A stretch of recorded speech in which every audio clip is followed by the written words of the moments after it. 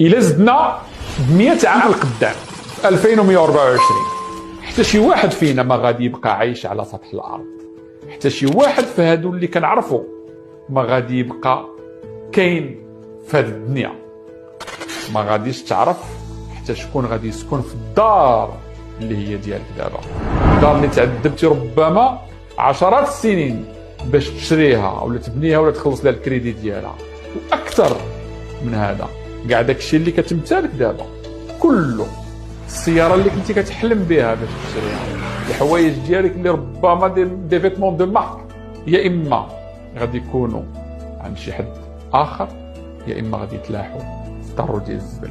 حتى شي واحد ما غادي يعقل عليك، واخا يكونوا عندك الاولاد، واخا يكون عندك المال ديال قارون، بيناتنا شكون اللي باقي عاقل على جد جدو اليوم؟